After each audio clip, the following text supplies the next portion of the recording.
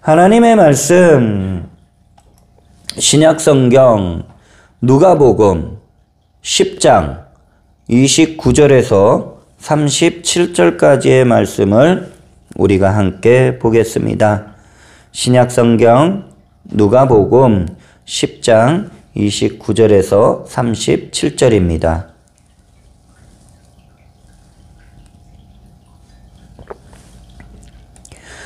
다 찾으신 줄 믿고요.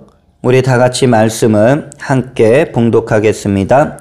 그 사람이 자기를 옳게 보이려고 예수께 여짜오되 그러면 내 이웃이 누구이니까?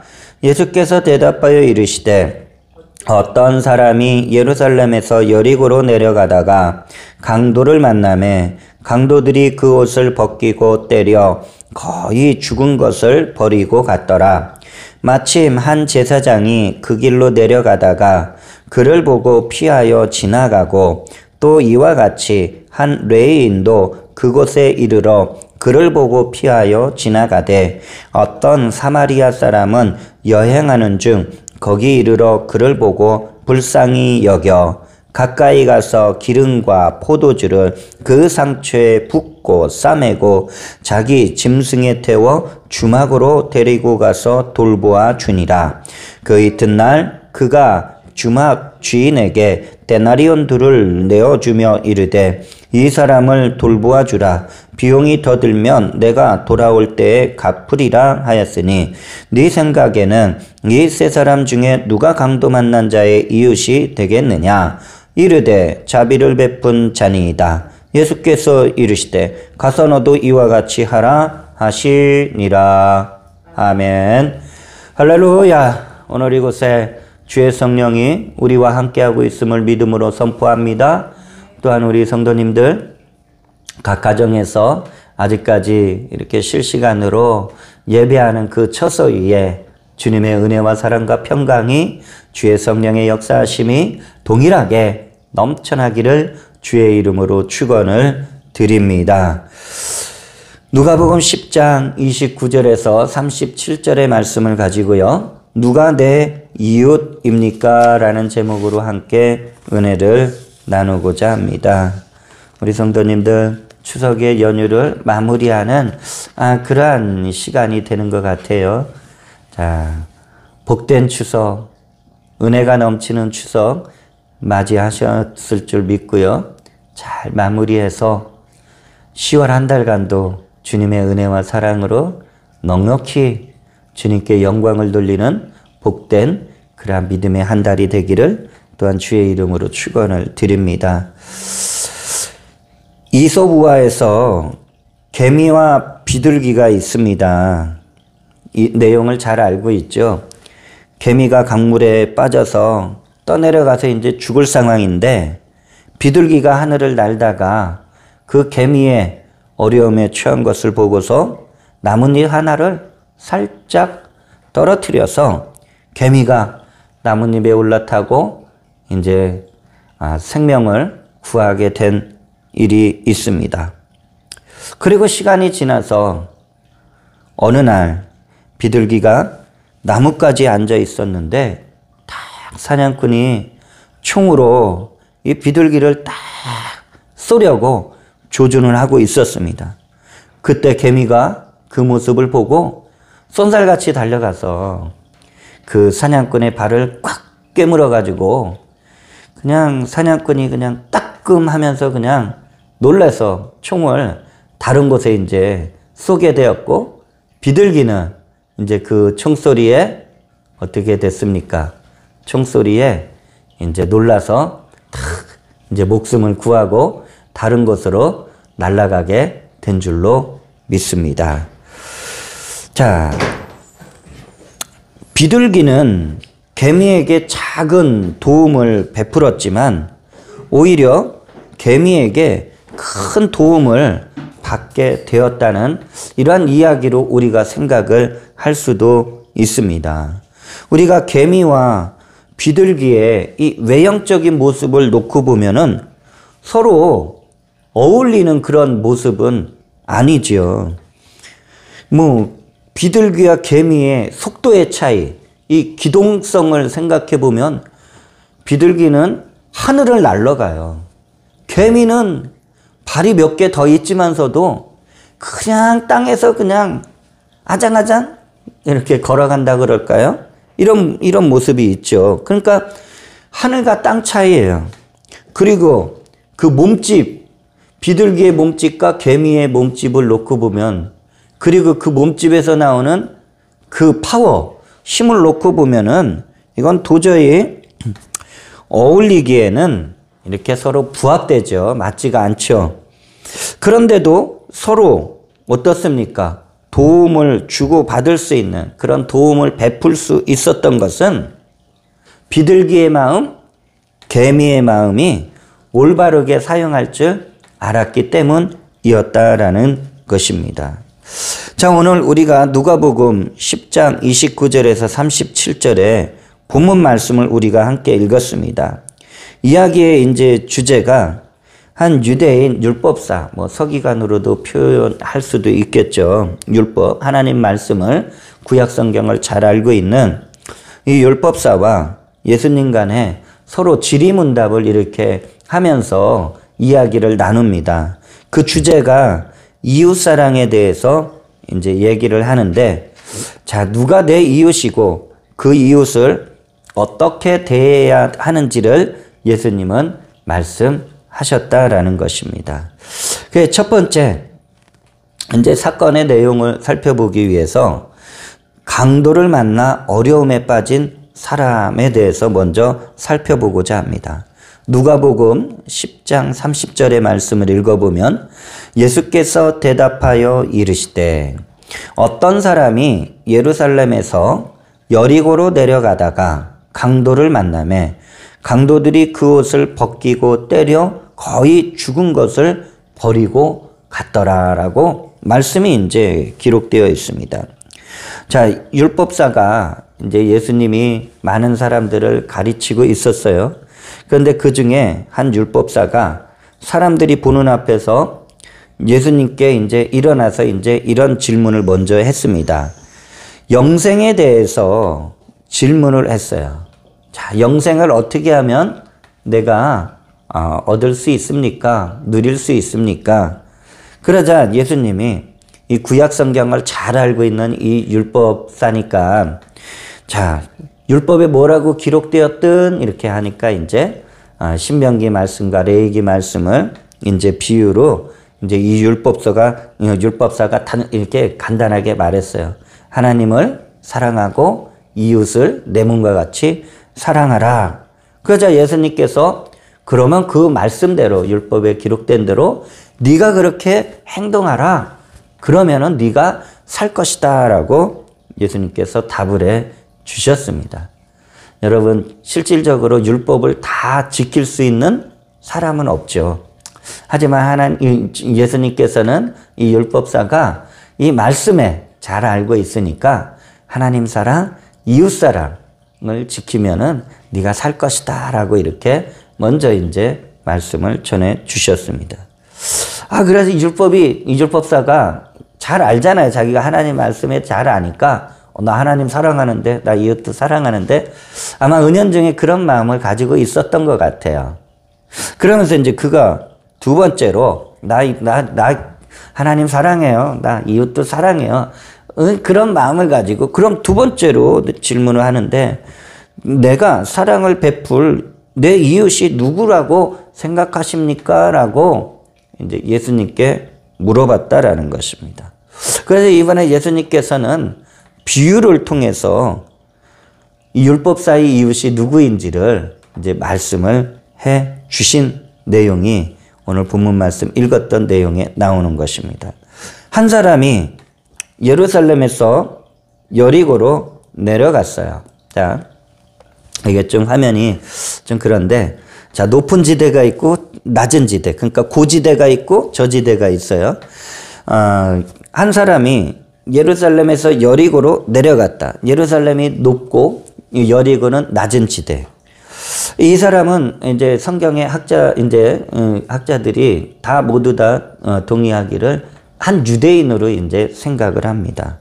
그러니까 한 유대인이 예루살렘이 900m의 고지대에 이제 형성되어 있고, 여리고는 아주 낮은 이제 250m 아래에 이제 그런 일반 평지에서부터 더 낮은 곳에 위치해 있었기 때문에 내려갔다라는 거예요. 이 거리가 약 한 27km의 거리, 이렇게 우리가 거리를 추산할 수가 있습니다.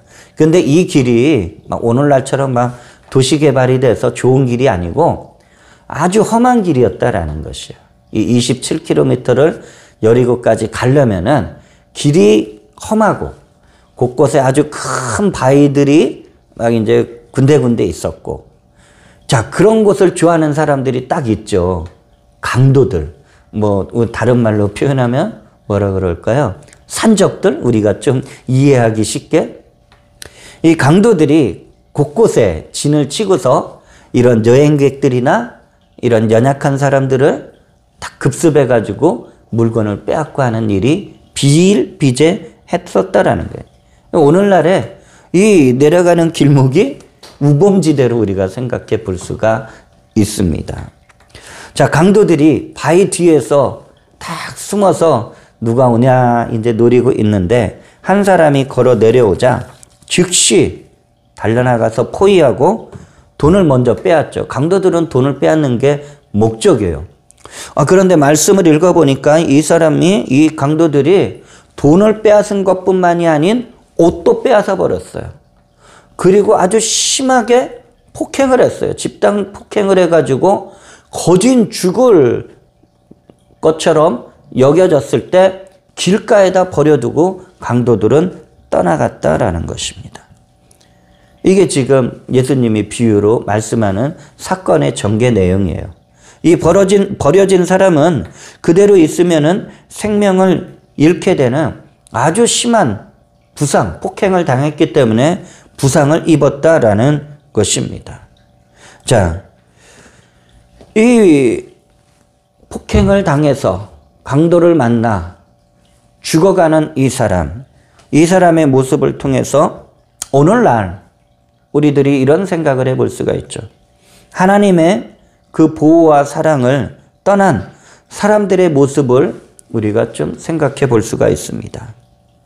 사람들이 죄짓고 타락하자 마귀가 우는 사자와 같이 달려들어서 우리의 인생에 소중하고 아름답고 복된 것들을 다 빼앗아 갔다라는 거예요.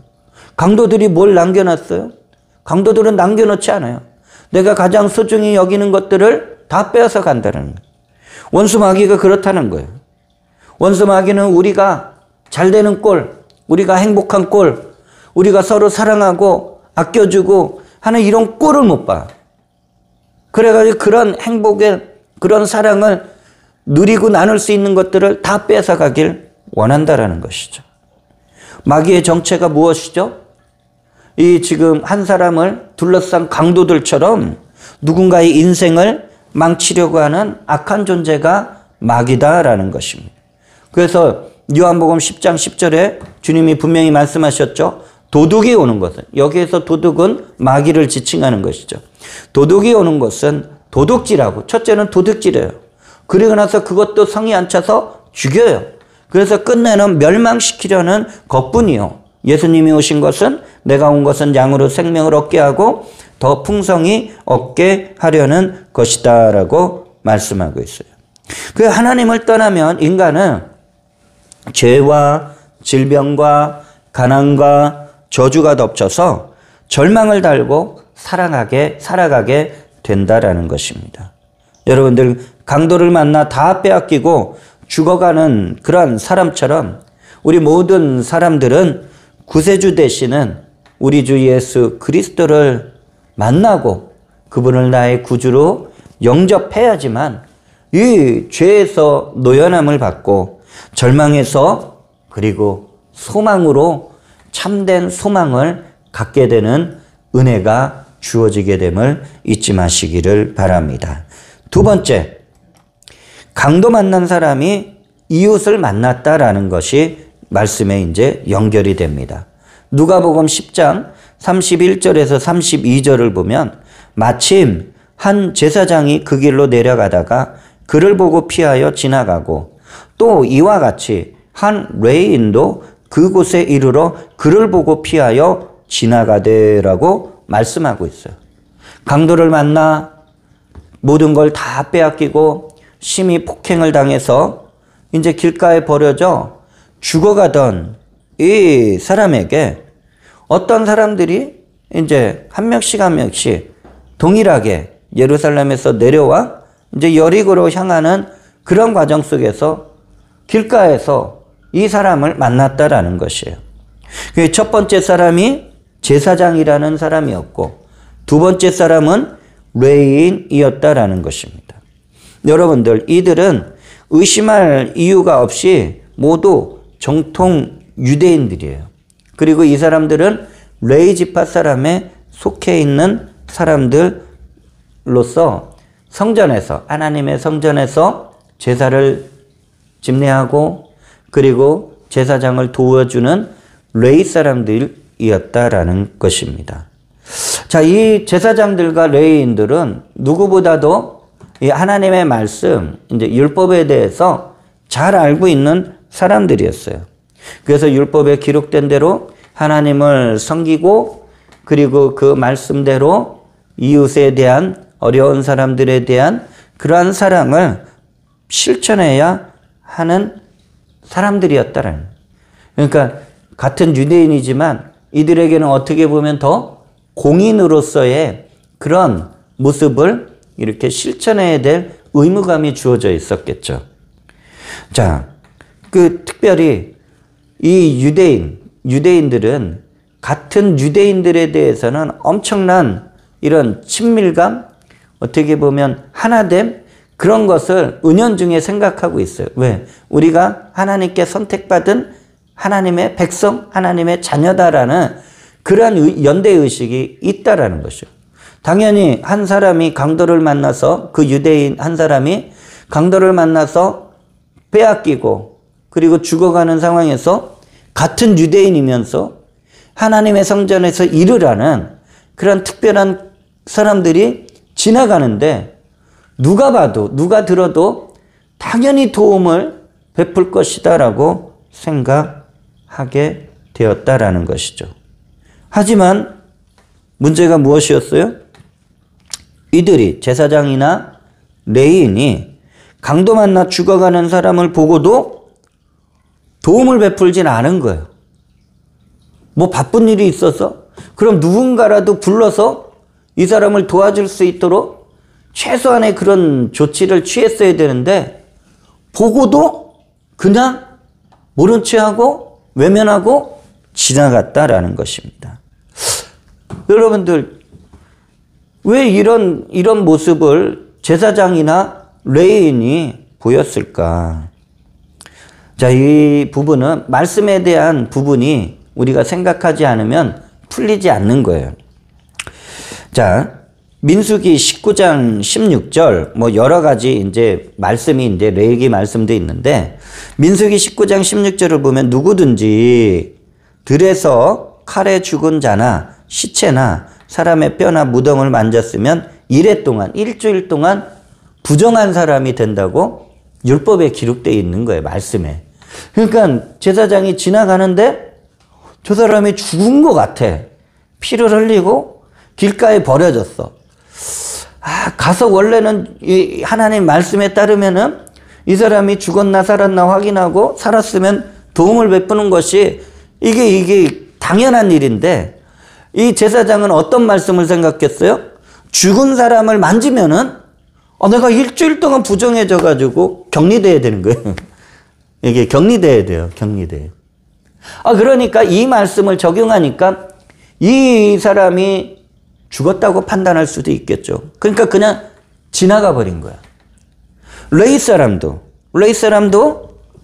죽었나 살았나 긴가민가, 이 사람도 똑같으니까 하나님 말씀을 아니까 만졌다가는 만약에 죽었으면은, 만져서 생명이 살아있었는데 좀 있다가 죽었어.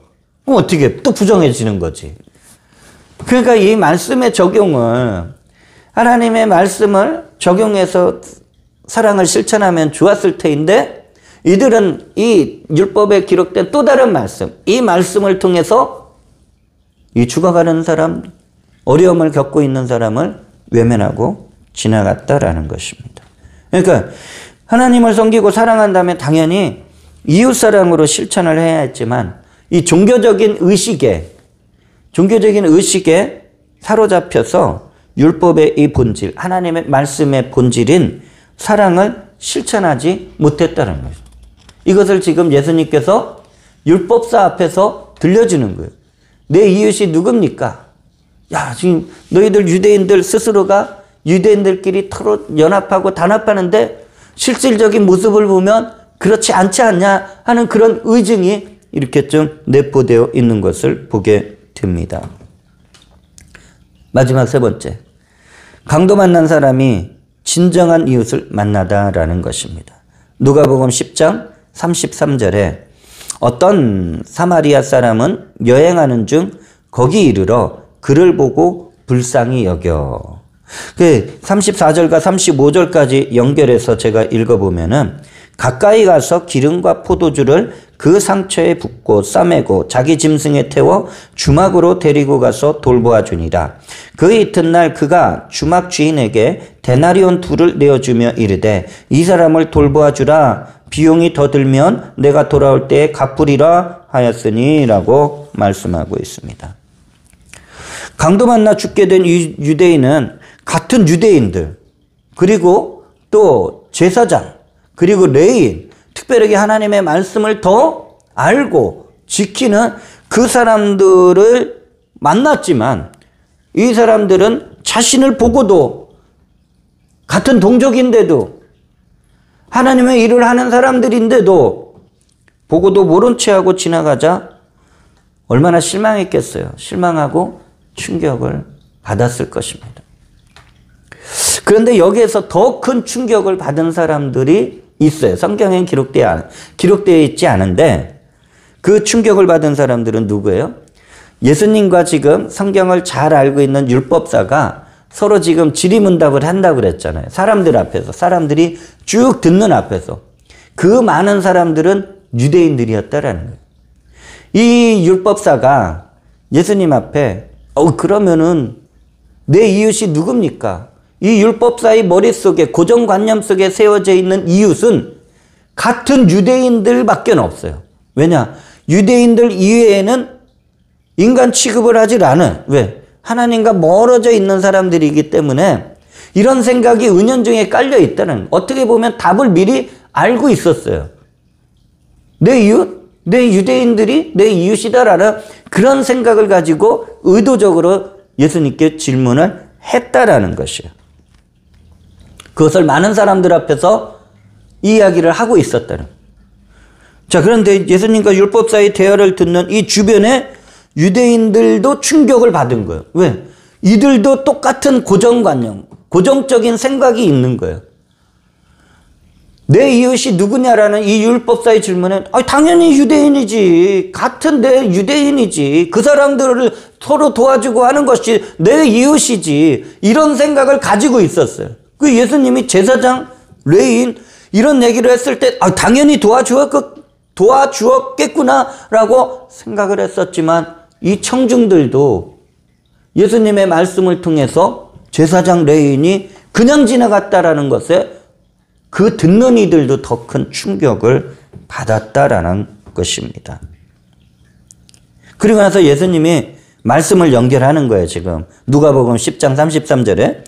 예수님이 율법사나, 그리고 예수님과 대화를 하는 이 율법사의 주변에 몰려 있었던 유대인들이 생각 속에 기대도 하지 않은 더 충격적인 사마리아인을 오늘 여기서 등장시켰다라는 것입니다. 여러분들, 사마리아인들도 이스라엘 사람이잖아요. 같은 유대인들이지만 이 유대인들은 사마리아 사람들을 언제부턴가 인간 취급을 하지를 않았다라는 거예요. 같은 이스라엘 사람인데도 남남도 이런 남남이 없는 거예요. 좀 그런 경우는 없겠지만 간혹 TV에서 보면 연속극 보는지 모르지만 가족지간인데도 이건 남보다도 못한 가족들이 있잖아요. 없어요? TV 안 보시나 보다. 아무튼 그런 가족들, 뭐 어디 직장에 가서 일을 해도 동료들인데도 이건 남보다도 못한 동료들. 특히 요즘에는 이제 학교 가면은 자녀들이 학교 가면은 무슨 문제가 제일 심해요? 왕따. 같은 학년, 같은 친구인데도 왕따 시켜서 남보다 못한 그런 모습을 우리는 볼 수가 있는 것이죠. 자, 이유가 무엇이냐? 자, 이스라엘이 하나의 나라에서 두 개의 나라로 남과 북이 나눠지게 되죠. 우리나라처럼 한 나라에서 이게 우여곡절 끝에 남과 북이 나눠진 것처럼 이스라엘도 우리나라 엄청나게 비슷한 그런 환경적인 시대적인 이러한 일들이 있다라는 것이에요. 그 남과 북이 분열돼요.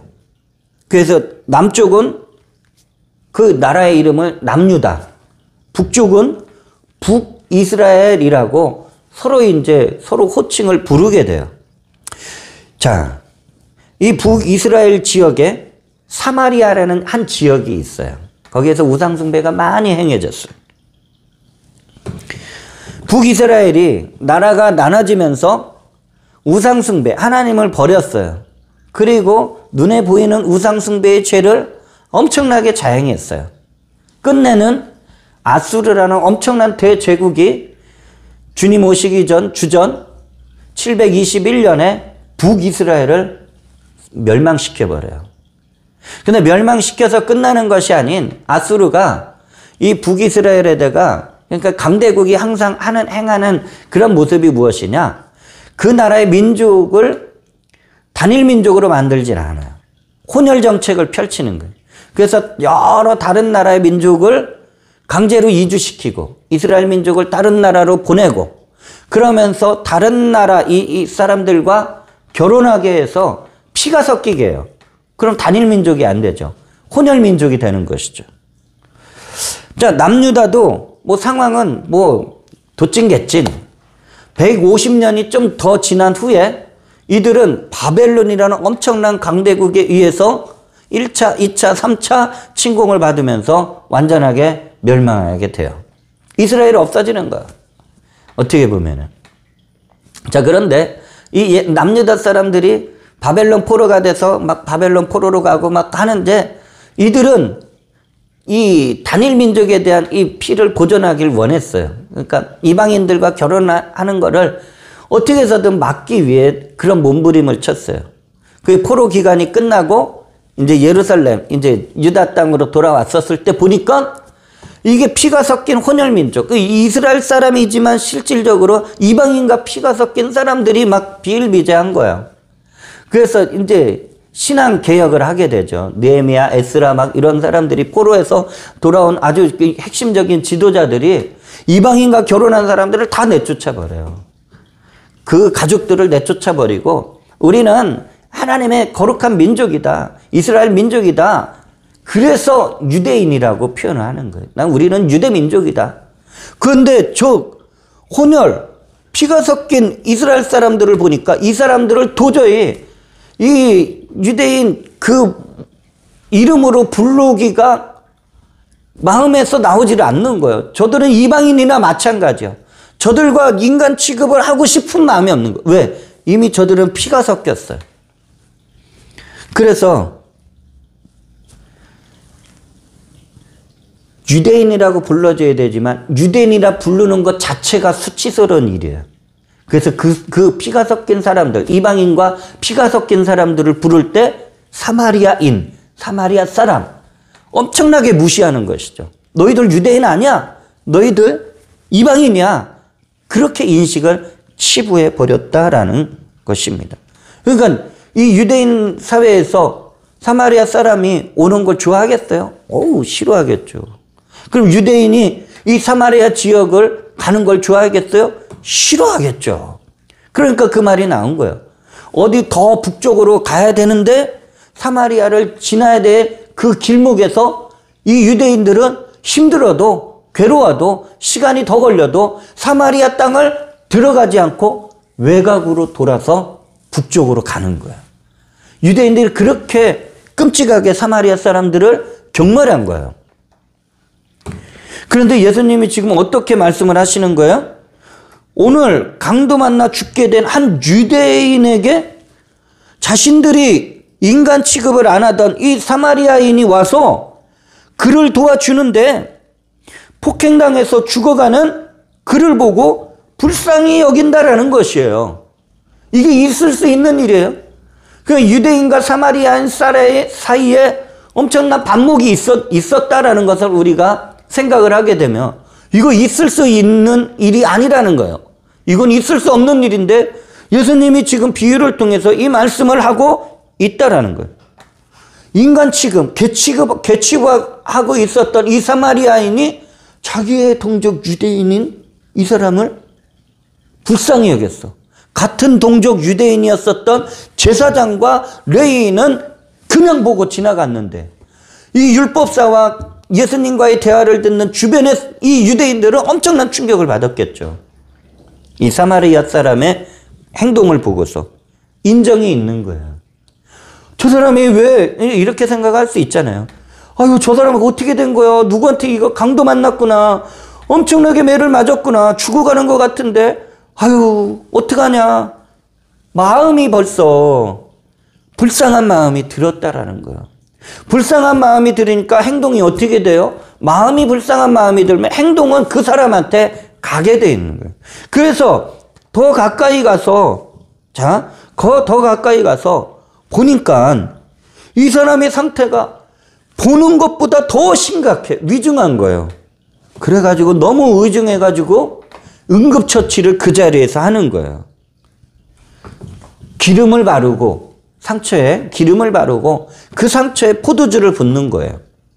여러분, 이 기름을 바른다라는 것은 이 상처, 아픈 곳에 통증을 완화시키는 역할을 한다라는 거예요. 포도주를 붓는다는 것은 그 상처가 오염이 되는 것을 더 크게 번지는 것을 방지하는 거예요. 그러니까 이 자기의 소중한 어떻게 보면 비상 구급약을 이 한 사마리아 사람이 이 인간 취급도 안 하는 그 유대인을 보고서 어떻게 해요? 기름을 붓고 포도주를 붓고 그리고 나서 이 상처가 피가 나는 것을 지혈을 시켜야 되니까 붕대가 어디 있겠어요? 이때 당시에 자기 옷을 찢어서 아픈 곳을 싸매어 주었다라는 것이. 이게 가능하겠냐고요. 이 유대인들 사회에서 이 모습이 가능하겠냐고. 받아들일 수 있겠습니까? 근데 여기서 이 사마리아인이 멈추질 않고서 사마리아인이 이 응급처치를 한 후에 이 강도 만난 사람을 자신이 타고 가던 나귀에서 자신은 내리고 이 사람을 나귀에 싣고 그리고 가까운 주막, 오늘날로 이제 뭐 여관, 숙소 이곳을 찾아서 걸어서 갔다라는 것이에요. 여러분, 이럴 일이 있겠어요? 완전 유대 사회에서 사마리아는 배척당하는 사람들이에요. 아예 꼴불견이에요. 인정을 베풀 수 있는 사람들이 아니었었어요. 이 사마리아 사람들은 그걸 누구보다도 잘 알고 있다라는 거예요. 근데 이 사람은 이렇게 하고 있다라는 것이에요. 숙소에 데리고 가서 이 사람이 그냥 발 뻗고 잔 게 아니라 이 강도 만난 사람을 상처를 그냥 씻겨주고 보살피며 밤을 꼬박 새웠어요. 꼬박 세웠는데 이 사람이 아직 낫지를 않은 거예요. 근데 이 사마리아 사람은 또 자기 일을 보러 가야 돼. 그래서 그 숙소의 주인을 불러요. 이 사람 여기 좀 더 머물 수 있도록 내가 미리 비용을 선불로 드릴게. 근데 그 비용이 몇 날 며칠을 머물러도 그만한 비용이에요. 그리고 당신이 이 사람을 잘 돌봐줘요. 그래서 상처가 나을 수 있도록 치료를 해달라고 부탁까지 해요. 그리고 가면서 하는 말이 내가 가서 내 일을 다 마치면 다시 올 거예요. 아무 연고도 없는 사람. 오히려 자신들을 멸시하고 조롱하고 인간 취급 안 하던 이 이름 모를 한 유대인을 위해서 이 사마리아인이 자기 일이 끝나면 와가지고 다시 이 사람이 나았는지 어떻게 됐는지 확인하고 거기에 치료비용, 숙박비용이 더 들어갔으면 나머지 그 비용을, 추가 비용을 내가 다 제공하겠다 하고 길을 떠났다라는 것입니다. 여러분, 예수님이 지금 이 선한 사마리아인의 행동을 말하자 누가 충격을 받았겠어요? 율법을 잘 아는, 하나님의 말씀을 잘 아는 이 율법사가 누가 내 이웃이냐고 예수님한테 아주 그냥 당당하게 말했을 때 은연중에 자기의 이웃은 유대인밖에 없다라는 그 생각을 깔고 있었던 이 율법사와 그리고 율법사와 예수님의 대화를 듣고 있었던 주변의 유대인들은 충격을 금치 못하였다라는 것입니다. 자, 지금 내용을 다 말했어요. 강도 만나 죽어가던 사람. 제사장과 레위인은 그냥 지나갔고 인간 취급 안 하던 사마리아 사람은 내려서 응급처치하고 자기 나귀에 싣고 자기는 걸어가고 숙소에서 밤새 간호하고 나중에 다시 와서 추가 비용까지 다 지불하겠다고 한 이 사마리아 사람. 이렇게 다 이야기가 흘러갔어요. 자, 예수님이 율법사에게 이제 오히려 이렇게 말하는 거예요. 율법사가 내 이웃이 누굽니까? 라는 이 질문에 그가 스스로 답을 말하라고 이제 예수님이 다시 이거를 질문을 하게 돼요. 누가복음 10장 36절에서 37절 예수님이 말하죠. 자, 그러면 네 생각에는 이 세 사람 중에 누가 강도 만난 자의 이웃이 되겠느냐? 이제 율법사가 말하잖아요. 이르되 참 이 사람 아주 참 마음이 아직까지는 좀 불편해요. 자비를 베푼 자니이다. 그 예수님이 그것까지 인정하시고 예수께서 이르시되 가서 너도 이와 같이 하라 하시니라. 이렇게 말씀하셔요. 아유, 참 이런 얘기 들었으면은 좀 마음이 열려야 되는 거 아니에요. 근데 선한 사마리아인이다라고 말을 안 하잖아요.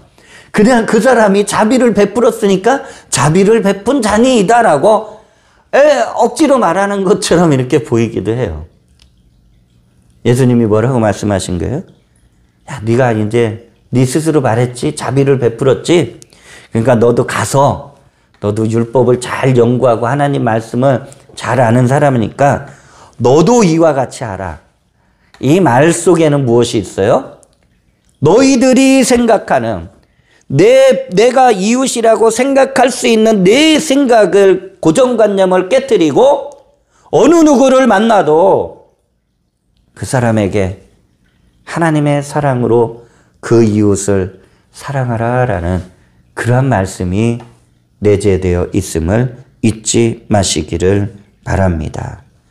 사랑을 실천하는데 여러분들 내 기준으로 이 사람한테는 해야 되고 저 사람은 안 돼. 이게 사랑 실천이 아니다라는 것입니다. 어려운 사람을 만나면 어느 누구라도 우리는 그리스도의 사랑 안에서 그 사람에게 사랑의 실천을 해야 될 줄로 믿습니다. 우리가 믿음의 삶을 살면서 선을 행하고 실천하면 무엇을 거둬요? 선한 것을 거두게 되는 줄 믿습니다. 갈라디아서 6장 9절에 우리가 선을 행하되 낙심하지 말지니 포기하지 아니하면 때가 이름에 거두리라라고 말씀하고 있어요. 누구를 만나든 많은 분들을 만나도 선으로 그 사람들을 대하시길 주의 이름으로 축원을 드립니다. 비바람이 아주 세차게 폭풍우가 부는 밤에 미국의 필라델피아 한 도시에 작은 호텔을 찾아서 웬 노 부부가 들어왔어요. 이 노 부부가 그 작은 호텔의 직원, 이제 카운터를 보고 있었던 직원에게 이제 가서 말을 하는 거예요. 예약을 안 했지만 혹시 하룻밤 이렇게 숙소를 구할 수 있는지 그 호텔 직원한테 물었어요. 그 호텔 직원이 이미 자기 호텔, 조그만 호텔에는 예약이 다 차서 숙소를 내줄 수가 없었어요. 그래도 이게 비가 세차게 불고 밤이 늦었으니까 그 필라델피아 주변 지역에 호텔을 전화를 해서 알아보겠다고 해서 연락을 했어요. 혹시 빈 방이 있습니까? 하룻밤 있을 숙소가 있습니까? 모든 호텔에 연결을 해서 알아보니까 그 지역에는 아무도 숙소가 빈 곳이 없었다라는 것이에요. 이 직원이 참 이게 말하기가 미안한 거예요. 그래도 말을 할 수밖에 없었죠. 그 노부부에게 지금은 어느 곳을 가셔도 방을 얻을 수가 없습니다. 특별히 지금 이렇게 심한 폭풍우 비바람이 몰아치고 있는 이 새벽에 저는 노부부를 나가라고 할 수는 없으니까 혹시라도 누추하지만 제가 직원 이렇게 방 조그만 이제 그 방이 있는데 여기를 사용하시면 어떨까라고 아주 정중하게 노부부에게 물었습니다. 그 노부부가 어떻게 그럴 수 있냐고, 당신이 일하는 방인데 우리가 어떻게 아무리 숙소가 없어도 거기를 갈 수 있겠냐고.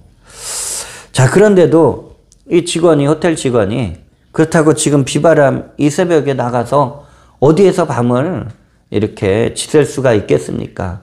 불편하시더라도 우리 직원이 사용하는 제 작은 방을 하룻밤 비를 피할 수 있도록 머무시길 바랍니다.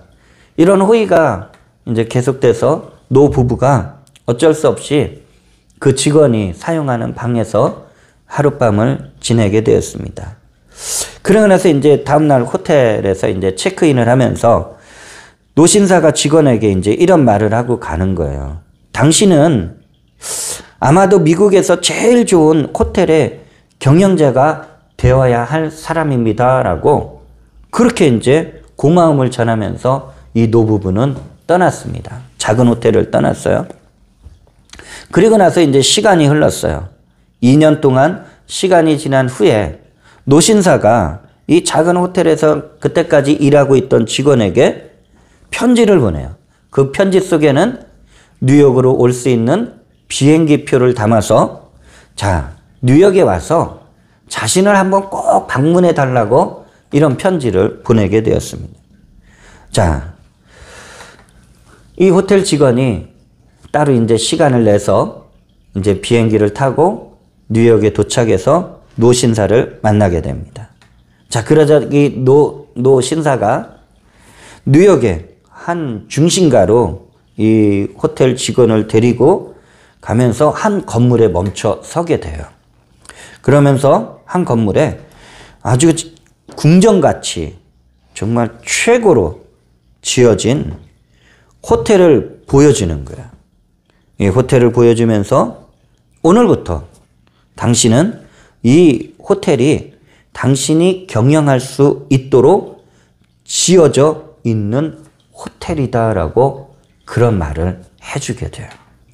이 호텔이 아주 오랜 역사 속에 수없이 많은 외국의 VIP들이 머물고 가장 휴식을 많이 취했었던 뉴욕에 있는 윌도프 아스토리아 호텔이다라고 합니다. 작은 호의를 베풀었어요.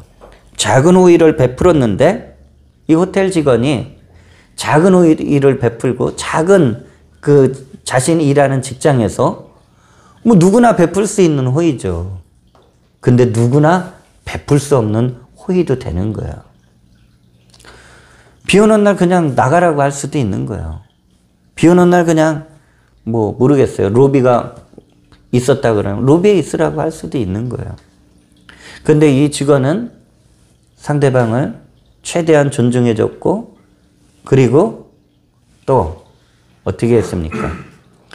최대한 그분들이 편안한 휴식을 취할 수 있도록 해줬는데 이것이 상대방에게는 어떻습니까?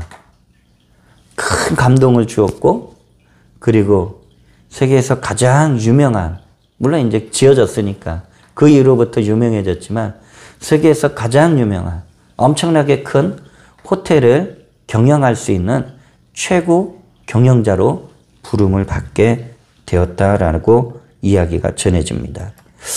여러분들, 나에게 먼저 선한 이웃이 되어달라고 하면은 누가 선한 이웃이 되겠어요? 내가 먼저 선한 것을 베풀어야 그 선한 이웃을 만들 수 있고 만날 수 있게 되는 줄 믿습니다.